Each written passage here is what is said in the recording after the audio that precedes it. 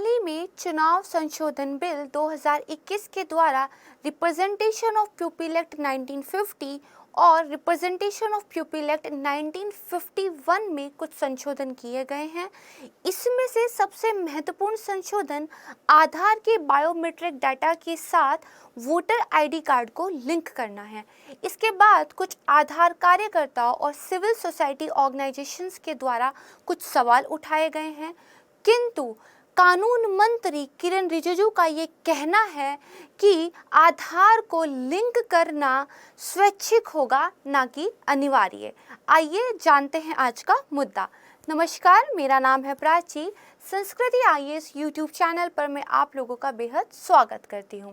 आज के इस वीडियो को हमेशा की तरह हमने सब टॉपिक्स के अंदर डिवाइड किया हुआ है, जिसमें सबसे पहले हम जानेंगे कि आखिर ये मुद्दा चर्चा का विषय क्यों बना हुआ है। इसके बाद हम बैकग्राउंड में ये जानेंगे क्या पहले भी आधार को वोटर आईडी कार्ड से, मतदाता पहचान पत्र से लिंक करने के कोई इनिशिएटिव हुआ था या नहीं हुआ था। इसके बाद हम जानेंगे कि जो चुनावी कानून संशोधन बिल 2021 है, इसके द्वारा आखिर क्या बदलाव किए गए हैं। उन बदलाव को हम विस्तार से चर्चा करते हुए समझेंगे। इसके बाद इस विधेयक को लाने का सरकार का क्या मत है, ये भी हम देखेंगे। इसके बाद चिंता क्या है, आखिर क्यों सिविल सोसाइटी ऑर्गेनाइजेशंस इसका विरोध कर रहे हैं, क्या समस्याएं हैं, इससे संबंधित अन्य मुद्दे क्या हैं, उन पर भी हम विस्तार से चर्चा करेंगे। इसके बाद जन प्रतिनिधित्व अधिनियम 1950 और 51 में क्या चेंजेस किए गए हैं, वो कौन सी धाराएं हैं जिनमें परिवर्तन किया गया है, इसको भी हम जानेंगे। लास्ट में जो आपका रिप्रेजेंटेशन ऑफ पीपल एक्ट 1951 है, इसके कुछ प्रावधानों पर हम नज़र डालेंगे, क्योंकि आपके पाठ्यक्रम के हिसाब से ये बिल काफ़ी महत्वपूर्ण हो जाता है। अंत में हमेशा की तरह है एक वे फॉरवर्ड पर बात करते हुए हम अपनी चर्चा को समाप्त करेंगे। सबसे पहले जानते हैं कि मुद्दा चर्चा में क्यों है। मैंने जैसे कि आपको बताया, लोकसभा में दिसंबर 2021 में एक चुनाव कानून संशोधन बिल 2021 पेश किया गया। इसके बाद इसको राज्यसभा में भी पारित कर दिया गया है। इसके द्वारा रिप्रेजेंटेशन ऑफ पीपल एक्ट 1950 और 1951 में कुछ चेंजेस किए गए हैं। कुछ मानवाधिकार कार्यकर्ताओं का, या फिर आप कह सकते हैं कुछ सिविल सोसाइटी ऑर्गेनाइजेशंस का, ये कहना है कि इस तरह का संशोधन मतदाता की गोपनीयता के प्रतिकूल कार्य करता है, साथ ही सुप्रीम कोर्ट के निजता के अधिकार के फैसले के भी विरुद्ध ये संशोधन जाते हैं। इसके बाद जो कानून मंत्री हैं, उनकी तरफ से एक स्पष्टीकरण दिया गया है, जिसकी कटिंग आपके सामने मैंने यहाँ पर लगाई हुई है। उनका कहना है कि आधार को लिंक करना अनिवार्य नहीं होगा, ये एक स्वैच्छिक प्रक्रिया होगी। इस मुद्दे में आगे जाने से पहले हम एक बैकग्राउंड थोड़ा समझ लेते हैं कि आखिर इस संशोधन के पीछे क्या एक पृष्ठभूमि रही है। 2015 में चुनाव आयोग ने मतदाता सूची को करेक्ट करने के पर्पज से, या फिर आप कहें कि शुद्ध करने के पर्पज से, एक इनिशिएटिव स्टार्ट किया था, जिसका नाम था राष्ट्रीय मतदाता सूची शुद्धिकरण और प्रमाणीकरण कार्यक्रम, जिसे इंग्लिश में national electoral roll purification and authentication programme कहते हैं। इसमें डुप्लीकेट नामों को हटाने के लिए जो मतदाता पहचान पत्र है, उसको आधार कार्ड से लिंक करने की प्रक्रिया को शुरू किया था, किंतु उसी समय आधार की संवैधानिकता को लेकर सर्वोच्च न्यायालय में एक मामला आया। इस मामले में जो फैसला दिया गया, उसी के कंटेक्स्ट में चुनाव आयोग के इस इनिशिएटिव पर भी रोक लगा दी गई। हालांकि इस रोक लगाने से पहले जो चुनाव आयोग था, वो कम से कम 300 मिलियन आईडी कार्ड को लिंक कर चुका था। इतना बड़ा एक लिंकेज प्रोग्राम ऑलरेडी हो चुका था। हालांकि उसके बाद जो है सुप्रीम कोर्ट का फैसला आ गया और इस इनिशिएटिव पर रोक लगा दी गई। इसके बाद देखिए जो संसदीय स्थायी समिति थी, पार्लियामेंट्री स्टैंडिंग कमेटी थी, उन्होंने भी एक रिपोर्ट प्रस्तुत की और जिसमें उन्होंने इस बात की पैरवी की कि आधार कार्ड को लिंक जो है आपके वोटर आईडी कार्ड से करना चाहिए। सरकार के पास इस तरह के प्रस्ताव लंबित थे। इन्हीं प्रस्तावों को मूर्त रूप देने के लिए सरकार लेकर आई है ये चुनावी सुधार संशोधन बिल। जान लेते हैं कि इस बिल के माध्यम से आखिर क्या बदलाव किए गए हैं। मेजरली 4 चेंजेस जो हैं इस बिल के द्वारा किए गए हैं। पहले हम उन चेंजेस को देख लेते हैं। सबसे पहला, जिसकी हम स्टार्टिंग से ही चर्चा कर रहे हैं, कि आधार को मतदाता सूची से लिंक करना। उसके बाद मतदाता सूची में नामांकन के लिए पात्रता तिथि। आपको ये अधिकार है कि जैसे ही आप 18 वर्ष पूरे कर लेते हैं तो आप देश में मतदान का अधिकार प्राप्त कर लेते हैं। किंतु जो 18 वर्ष पूरे होंगे इसके लिए एक सार्वभौमिक कट ऑफ डेट होना स्वाभाविक है। तो उन्हीं डेट को लेकर कुछ चेंजेस किए गए हैं, जानेंगे हम इसमें।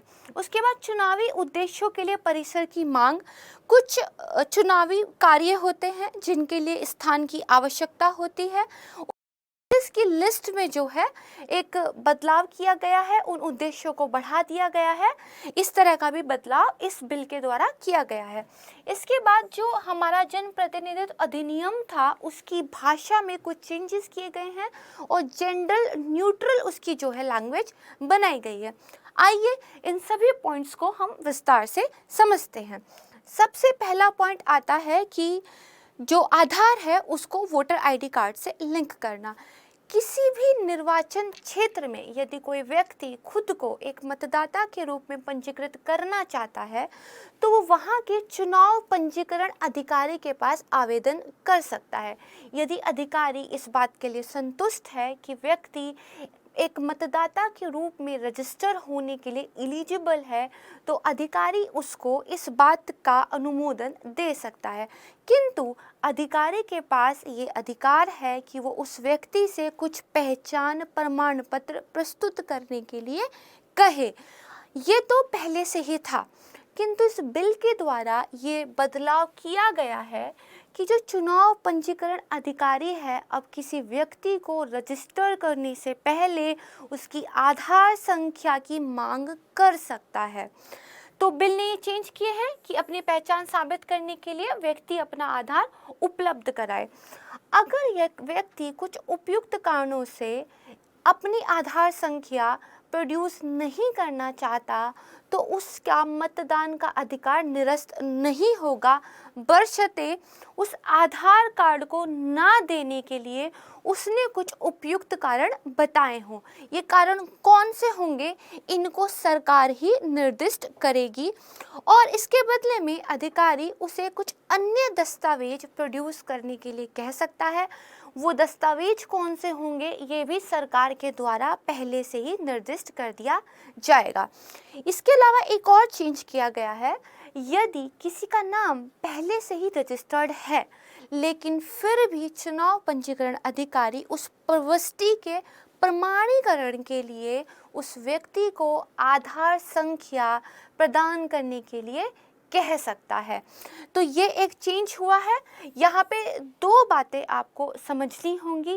पहली बात कि अगर आधार कार्ड नहीं प्रोड्यूस किया जाता तो उसका मतदान का अधिकार तुरंत निरस्त नहीं होगा और दूसरी बात ये कि कोई भी व्यक्ति आधार संख्या देने से किन्हीं उपयुक्त कारणों के, एक तरीके से आप कह सकते हैं कि उपयुक्त कारणों के ऊपर ही मना कर सकता है और वो कारण सरकार के द्वारा बताए जाएंगे। ये था पहला बदलाव। अब हम दूसरे बदलाव की बात कर लेते हैं। दूसरा बदलाव देखिए क्या किया गया है। मैंने आपको बताया था कि 1950 का जो एक्ट है इसके अंतर्गत मतदाता सूची में आने के लिए आपकी उम्र जो 18 वर्ष पूरी होती है उसकी एक कट ऑफ डेट दी गई है जो कि 1 जनवरी थी। यानी कि अगर किसी वर्ष मतदाता सूची इलेक्टोरल रोल बन रहा है या अपडेट हो रहा है, आप अगर 1 जनवरी से पहले 18 वर्ष के हो जाते हैं तो आपका नाम उसमें दर्ज हो जाएगा। किंतु अगर आप 1 जनवरी के बाद 18 वर्ष के हो रहे हैं तो अगले साल जो सूची तैयार होगी आप उसी में एलिजिबल हो पाएंगे। बिल ने क्या बदलाव किया है, देखिए ये जो बिल है ये मतदाता सूची में नामांकन के लिए 4 कट ऑफ डेट डिसाइड करता है, यानी कि अब आपके पास 4 पात्रता तिथियों का प्रावधान है, 1 जनवरी, 1 अप्रैल, 1 जुलाई और 1 अक्टूबर। अगर मतदाता सूची तैयार हो रही है और इन 4 तिथियों में से भी जिस समय वो तैयार हो रही है उस समय के लिहाज से अगर आप इस डेट को जो है 18 साल पूरे कर रहे हैं तो आप एक मतदाता के रूप में रजिस्टर हो सकते हैं। अब हम जानते हैं कि तीसरा चेंज क्या किया गया था।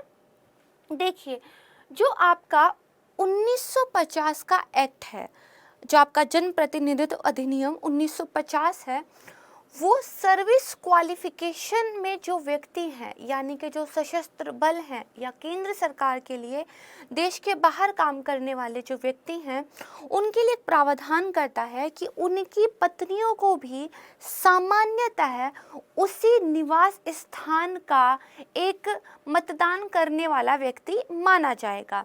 ये 1950 के एक्ट में लिखा है। 1951 का जो एक्ट है वो ये कहता है कि सर्विस क्वालिफिकेशन वाले व्यक्ति की पत्नी, वर्ड पे ध्यान दीजिएगा, सर्विस क्वालिफिकेशन वाली की पत्नी व्यक्तिगत रूप से या पोस्टल बैलेट के जरिए मतदान कर सकती है। किंतु इसकी वजह से एक प्रॉब्लम थी कि यदि सर्विस क्वालिफिकेशन में कोई महिला है तो उनके पति, क्योंकि ये वर्ड यहाँ पर पत्नी ही है कानून में, तो उनके पति दरअसल इस कानून की वजह से अपने मतदान के अधिकार से वंचित हो जाते थे, उनको उस निवास क्षेत्र का जो है नहीं माना जाता था। तो अब एक्ट ने जो बिल आया है उसने एक बदलाव किया है और यहाँ पे वर्ड पत्नी की जगह स्पाउस जो है लिख दिया गया है, जिससे बिल की भाषा एक तरीके से जेंडर न्यूट्रल हो गई है। तो ये कुछ चेंजेस हैं जो इस चुनावी सुधार जो आपका बिल है 2021 वाला इसने किए हैं। अब देखिए हम जान लेते हैं कि आखिर इस विधेयक को लाने की क्या आवश्यकता थी, मतलब गवर्नमेंट का क्या तर्क है कि वो इस विधेयक को क्यों लेकर आई है। गवर्नमेंट का कहना ये है कि आधार को मतदाता सूची से जोड़ने से एक ही व्यक्ति का एक से अधिक जगह पे नामांकन ना हो ये सुनिश्चित किया जाएगा। सूत्र ये कहते हैं कि यदि कोई व्यक्ति अपना निवास स्थान चेंज करता है तो वो नए निर्वाचन स्थान पे अपने आप को एक मतदाता के रूप में रजिस्टर्ड करा लेता है बिना पिछले नामांकन को रद्द किए। इस कारण से एक ही व्यक्ति का एक से अधिक स्थानों पर रजिस्ट्रेशन हो जाता है। किंतु यदि आधार को आप वोटर आईडी से लिंक कर देंगे तो जब कोई व्यक्ति अपना निवास स्थान बदलता है और वहाँ पे अपने आप को रजिस्टर कराता है तो डाटा सिस्टम के अंदर एक अलर्ट आ जाएगा और उनके पिछले रजिस्ट्रेशन को कैंसिल कर दिया जाएगा।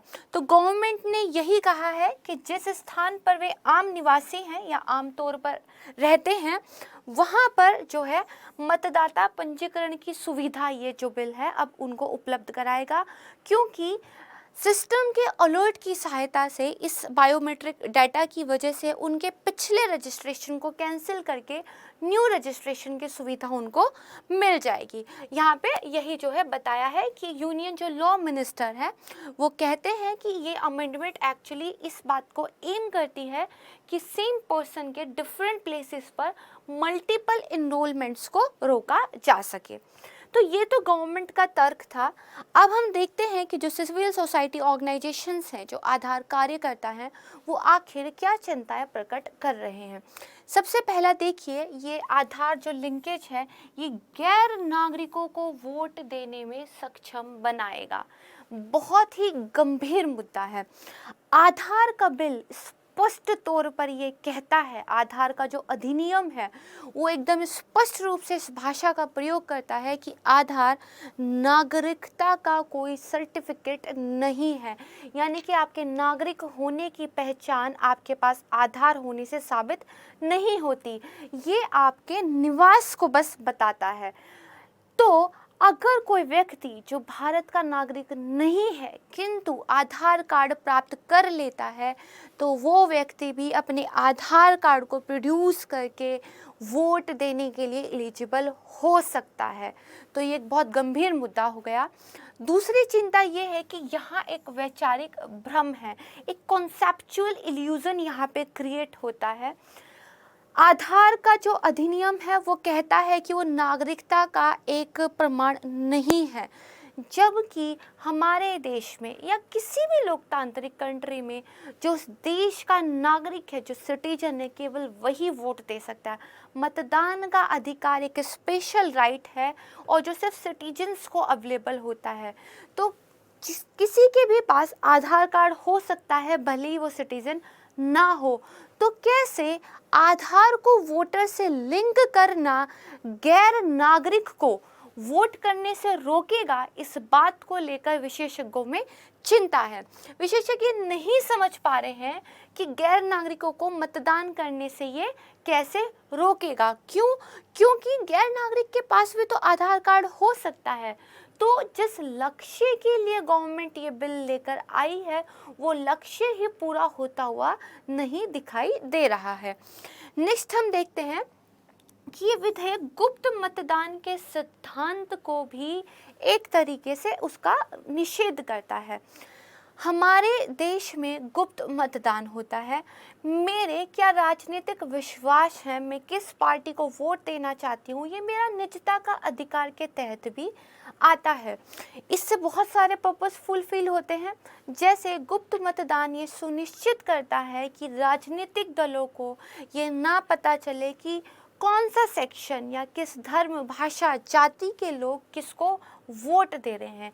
इसकी वजह से जो वोटर प्रोफाइलिंग नाम की एक बड़ी समस्या है ये नहीं होती है।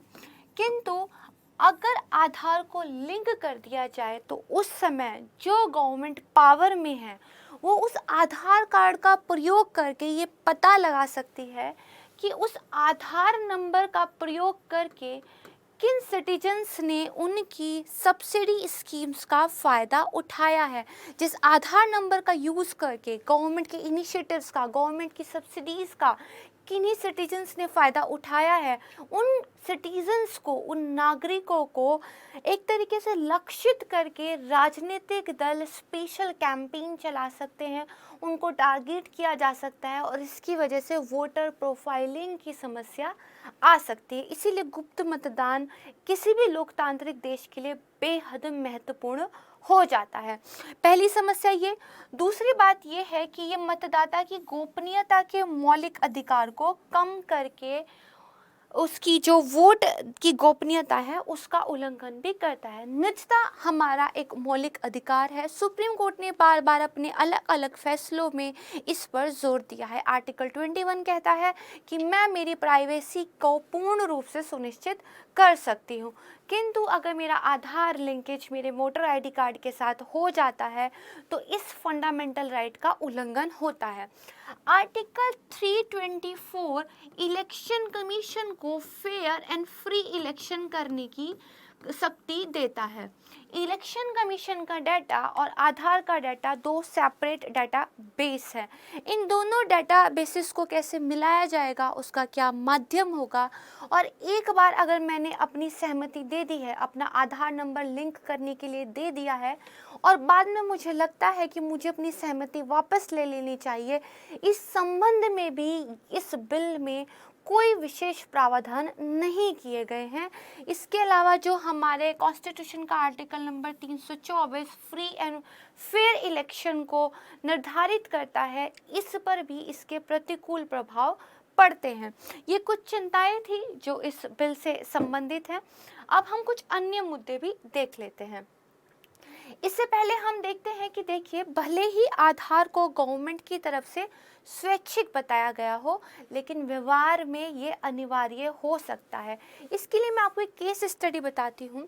झारखंड में अभी हाल ही में कुछ समय हुआ है, आधार की बायोमेट्रिक स्टडीज फेल होने माफ़ कीजिएगा, झारखंड में बायोमेट्रिक ऑथेंटिकेशन फेल होने की वजह से कुछ लाभार्थी पब्लिक डिस्ट्रीब्यूशन स्कीम के तहत भोजन प्राप्त नहीं कर पाए थे और वहाँ पर स्टारवेशन की भूखमरी की समस्या हो गई थी।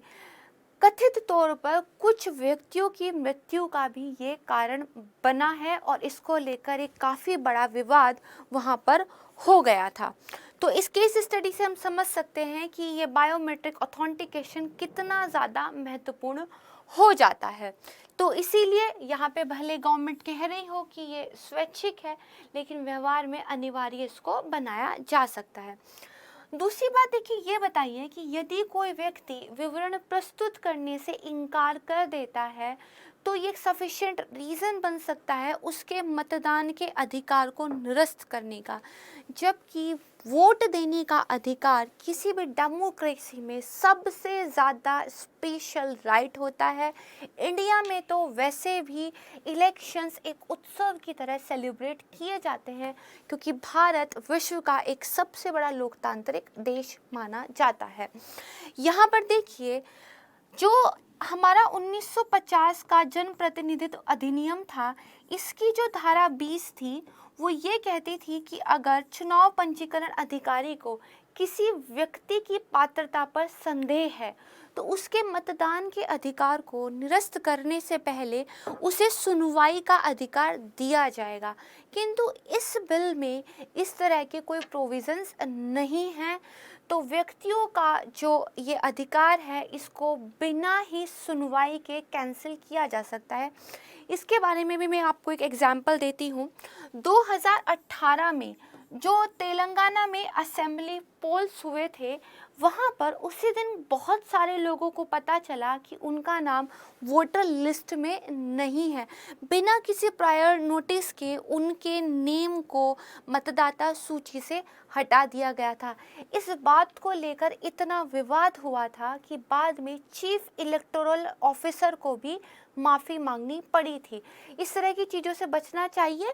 इसी तरह की कुछ समस्याएं जो हैं इस बिल को लेकर सामने आई हैं। अब यहाँ पर देखिए कि आधार की लिंकेजेस कितनी बढ़ रही है।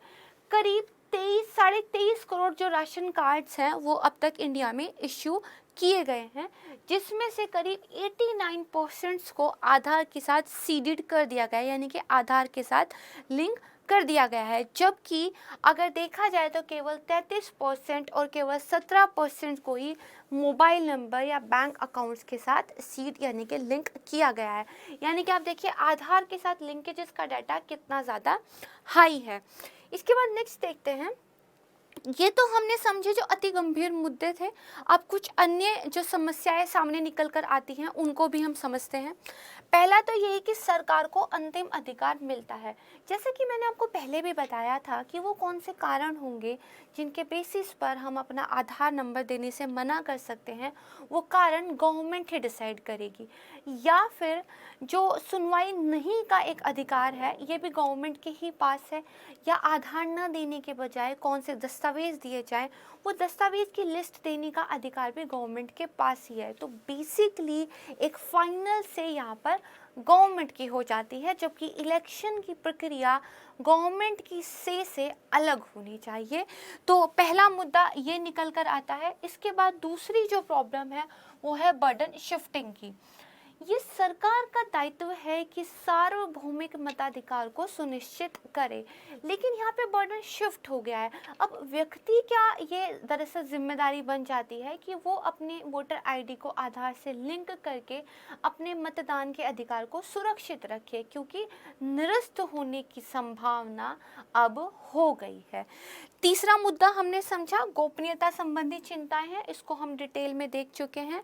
और लाभार्थी मतदाताओं की पहचान, जिसको हमने वोटर प्रोफाइलिंग के तहत जो है पहले से ही समझा है। तो हमने अभी देखा कि इस विधेयक को लाने के पीछे गवर्नमेंट के क्या तर्क हैं, इलेक्शन कमीशन का इसके प्रति क्या स्टैंड है, और साथ में चिंताएं क्या हैं, समस्याएं क्या जुड़ी हुई हैं। यहाँ तक मुझे उम्मीद है कि आपने टॉपिक को काफ़ी अच्छे से समझा होगा। अब हम जानते हैं कि ये जो चुनाव सुधार संशोधन बिल 2021 है, ये जन प्रतिनिधित्व अधिनियम 1950 और 1951 में कहाँ संशोधन करता है। तो जो 1950 वाला आपका एक्ट है उसकी धारा 23 में ये चेंज करता है, जहाँ पे मतदाता सूची डाटा को आधार से जोड़ने की अनुमति दी जा सके, यानी कि आधार वाली लिंकिंग धारा 23 है। उसके बाद इसी एक्ट की धारा जो 14 है वहाँ पे कुछ चेंज किए जा सकते हैं, जहाँ पे जो एक कट ऑफ डेट है उसकी जगह पर 4 कट ऑफ डेट जो है दी जा चुकी है, यानी कि 4 योग्य तिथियां दी गई हैं।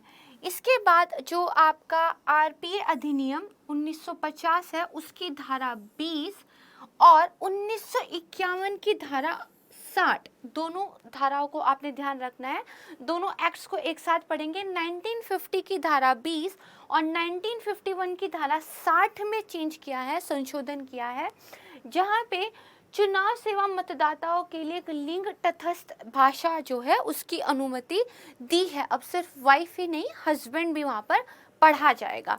तो ये जो है चेंजेस किए गए हैं, हमने पर्टिकुलरली जो धाराएं हैं उनको यहाँ पे समझा। अब नेक्स्ट देखते हैं कि जो आपका रिप्रेजेंटेशन ऑफ पीपल एक्ट 1951 है, इसके क्या क्या प्रावधान है। ये बहुत इंपॉर्टेंट है, इसको आपको डिटेल में प्रिपेयर करना है। आपके एग्जाम में इससे संबंधित प्रश्न बार बार पूछे गए हैं, आगे भी पूछे जाते रहेंगे। इसके प्रावधानों को काफ़ी डिटेल में आप अपनी प्रारंभिक परीक्षा और मुख्य परीक्षा दोनों के लिहाज से तैयार कीजिएगा। देखिए, इसमें लोकसभा की जो सदस्यता है उसकी योग्यता के लिए जो है प्रोविजंस दिए गए हैं। सेम तरीके से राज्यसभा की सदस्यता के लिए भी प्रोविजंस दिए गए हैं कि राज्यसभा की सदस्यता के लिए क्या योग्यताएं हैं, क्वालिफिकेशंस हैं, वो इस एक्ट में बताई गई हैं। मैं आपको बता दूं, जो 1950 वाला एक्ट है दरअसल वो 1951 के एक्ट से किस प्रकार भिन्न है। 1950 के एक्ट में दरअसल जो चुनाव हैं उनकी तैयारी में, मोटे भाषा में, मोटे तौर पर आपको बता रही हूँ, 1950 के एक्ट में चुनाव कैसे हो इसकी तैयारी से संबंधित ज़्यादा प्रावधान है। 1951 के एक्ट में जो एक्चुअल चुनाव होते हैं उससे रिलेटेड जो है प्रोविजंस हैं। दोनों एक्ट्स में डिफरेंस है, दोनों को आप थोड़ा अच्छे से समझ के पढ़िएगा। वापस आते हैं 1951 वाले एक्ट पे। जैसे कि क्वालिफिकेशन के बारे में इसमें प्रोविजंस है, वैसे ही डिसक्वालिफिकेशन के बारे में भी प्रावधान इस एक्ट के तहत दिए गए हैं। इसके बाद चुनाव खर्च के बारे में इसमें बात की गई है। एक व्यक्तिगत कैंडिडेट कितना खर्च कर सकता है, राजनीतिक दल कितना खर्च कर सकते हैं, इसके बारे में बताया है। देन जो करप्ट प्रैक्टिसेस होती हैं, भ्रष्ट आचरण होते हैं, उनके बारे में भी इस एक्ट के अंदर काफ़ी डिटेल के साथ चीज़ें बताई गई हैं। एंड में चुनावी विवाद, जो इलेक्शन को लेकर कॉन्फ्लिक्ट्स हो जाते हैं, उनके बारे में भी इस एक्ट्स में काफ़ी डिटेल से बताया गया है। आपका ये होमवर्क है, आपने इस एक्ट को बहुत अच्छे से पढ़ना है। यहाँ तक हमने जो है चीज़ों को काफ़ी विस्तार से समझा है। अब आपके सामने मैंने कुछ एडिशनल इन्फॉर्मेशन की कटिंग्स रखी है। यहाँ पे देखिए, जो मेजॉरिटी जजमेंट्स हैं जिन्होंने आधार किन चीज़ों के लिए मैंडेटरी हो और किन चीज़ों के लिए मैंडेटरी ना हो, इसका एक कंपाइलेशन दिया हुआ है। जो रेड कलर में मार्क्ड है, एक्चुअली आधार इनके लिए ज़रूरी नहीं है लिंक करना। जैसे बैंक अकाउंट, अगर आप कोई mobile phone connection, private companies हैं, नीट, जेईई, यूजीसी, सीबीसी, इन सब परीक्षाओं का जो है आप रजिस्ट्रेशन वगैरह करते हैं, ये कुछ चीज़ें ऐसी हैं जिनके लिए आधार मैंडेटरी नहीं है। अगर आपसे ये नंबर मांगा जाता है तो आप मना कर सकते हैं। ग्रीन कलर में बताया हुआ है कि किसके लिए आधार जो है नेसेसरी है। जैसे अगर आपको गवर्नमेंट की जो लोक कल्याणकारी जो उनके इनिशिएटिव्स हैं, जो गवर्नमेंट की तरफ से सर्विसेज दी जा रही है, जैसे सब्सिडी दी जा रही है या फिर आपको जो है कुछ बेनिफिट्स दिए जा रहे हैं, इसके लिए आधार को प्रोड्यूस करना आवश्यक है। पैन कार्ड के लिए भी आधार को प्रोड्यूस करना आवश्यक है। आपका पैन कार्ड आधार से लिंक होना ज़रूरी है। इस स्लाइड को आप थोड़ा डिटेल में स्क्रीन रोक कर देख सकते हैं। नेक्स्ट हम देखते हैं कि जो आपकी ये unique identification authority of India है ना, जो आधार कार्ड के लिए ऑथोराइज्ड एक बॉडी है, इसकी क्या हिस्ट्री रही है। 2009 से लेके 2016 तक की एक टाइमलाइन यहाँ पर दिखाई गई है। ये जो कटिंग है ये मैंने UIDAI से ही जो है ली है, उनका एक PDF है, उसको हमने काफ़ी डिटेल में पढ़ा था और वहीं से जानकारी हमने निकाली है। 2009 में जो UIDAI है उसको पहली बार फंक्शन किया गया था और प्लानिंग कमीशन के साथ एक अटैच ऑफिस के रूप में इसकी शुरुआत हुई थी। 2010 में महाराष्ट्र में पहला जो है UID नंबर इश्यू किया गया था। यूनिक आइडेंटिफिकेशन नंबर जो है 19 सितंबर को 2010 में इश्यू किया गया था। 2015 में गवर्नमेंट ने जो कुछ इनके एलोकेशन ऑफ बिजनेस रूल्स होते हैं इसमें कुछ चेंजेस किए थे और इसके बाद जो UIDAI है इसको department of electronics and information technology, जिसकी मिनिस्ट्री उस टाइम पे ministry of communication information technology थी, इसके साथ अटैच कर दिया था। ठीक है, 2016 में जो है कुछ प्रोविजंस गवर्नमेंट लेके आई, टारगेट डिलीवरी वगैरह को लेके कुछ चेंजेस गवर्नमेंट ने किए, सब्सिडीज बेनिफिशियल, ये एक एक्ट आया था दरअसल, Aadhaar targeted delivery financial and other subsidies benefits and services act 2016, यानी कि शॉर्ट में इसको आधार एक्ट 2016 भी बोलते हैं, आधार अधिनियम 2016। इसके अंदर जो ministry of electronics and information technology है, मिति है, इसके साथ UIDAI को जो है अटैच कर दिया गया। तो ये एक हिस्ट्री थी कि इस अथॉरिटी की शुरुआत कैसे हुई एंड देन इसको प्लानिंग कमीशन के साथ एक अटैच डिपार्टमेंट से कैसे एक एक्ट के जरिए जो है अब मिति में जोड़ दिया गया है। यहाँ पे देखिए फीचर्स ऑफ आधार, एक कंपैरिजन करके दिखाया गया है कि आधार क्या है और आधार क्या नहीं है। इसको भी आप जो है एक बार ध्यान से देख लीजिएगा। ये एक 12 डिजिट का नंबर होता है, ठीक है, ये एक 12 डिजिट का आपका नंबर होता है, ये एक सिंगल यूनिक ID नंबर होता है, ठीक है। और यहाँ पे क्या है, ये रेसिडेंट को एक तरीके से आइडेंटिफाई करता है। ये जितने भी इसमें एक्चुअली पॉइंट्स दिए गए हैं ये एक बार आप रीड कर लीजिएगा, आपके कॉन्सेप्ट को क्लियर करने में ये काफ़ी हेल्पफुल होंगे। कंपैरिजन करके पढ़ना थोड़ा आसान हो जाता है। यहाँ तक हमने जाना कि एक्चुअली में क्या बिल गवर्नमेंट लेके आई है, उस बिल के पीछे गवर्नमेंट के क्या तर्क हैं, उसको लेकर क्या समस्याएं हैं, किन बातों की वजह से उसका जो है विरोध हो रहा है, और साथ में हमने ये भी देखा कि UID की क्या एक हिस्ट्री है, रिप्रेजेंटेशन ऑफ पीपल एक्ट के बारे में भी हमने पढ़ा। अब अंत में हम वे फॉरवर्ड को देखते हुए आज की वीडियो को एंड करेंगे। इसको भी थोड़ा सा समझते हैं। सबसे पहला जो पॉइंट है विधायी प्रक्रियाओं में सुधार। दरअसल चुनावी सुधार संशोधन बिल 2021 को पारित करने की प्रक्रिया को लेकर भी सवाल उठे हैं। हम जो है अपने प्रतिनिधियों को चुनते हैं ताकि हमारे बिहाफ पर वो पार्लियामेंट में जाकर मुद्दों पर बहस कर सकें, डिस्कशन कर सकें और एक प्रॉपर तरीके से कलेक्टिवली डिसीजन लिया जा सके। लेकिन काफ़ी जल्दबाजी में इस बिल को एक्चुअली पारित किया गया। काफ़ी विरोध होने के बावजूद राज्यसभा में इसको ध्वनि मत से पारित किया गया। तो यहाँ पर यह मुद्दा निकल कर आता है कि विधायी प्रक्रियाओं में भी सुधार करने की आवश्यकता है। किसी भी बिल को एक्ट बनाने से पहले सिविल सोसाइटी के साथ भी डिस्कशन के लिए उसको ओपन प्लेटफॉर्म पर डालना चाहिए। इसके अलावा संसद में भी उस बिल पर, उन कानूनों पर एक व्यापक चर्चा अवश्य होनी चाहिए। ये पॉइंट आप ध्यान रखेंगे। दूसरा है कि डी डुप्लीकेशन को ख़त्म करने के वैकल्पिक तरीके गवर्नमेंट को लेके आने चाहिए। गवर्नमेंट का उद्देश्य बहुत अच्छा है, ये बिल्कुल सही बात है कि कई बार रजिस्ट्रेशन दो अलग अलग जगहों पर सेम व्यक्ति का हो जाता है और जिससे डुप्लीकेशन की समस्या बढ़ती है। लेकिन क्योंकि इस बिल में, जैसा कि हमने डिस्कस किया था, सुनवाई का अधिकार नहीं है या और भी कुछ समस्याएं हैं, तो कुछ ऑल्टरनेट तरीके जो हैं गवर्नमेंट को लेके आने चाहिए। उद्देश्य बहुत अच्छा है, साध्य अच्छा है, साधन को भी और बेहतर करने की आवश्यकता है। इसके बाद देखिए एक व्यापक कानून की आवश्यकता है। हमने जाना पूरे डिस्कशन में कि इस बिल में बहुत सारे ऐसी चीज़ें हैं जो मिसिंग है ना।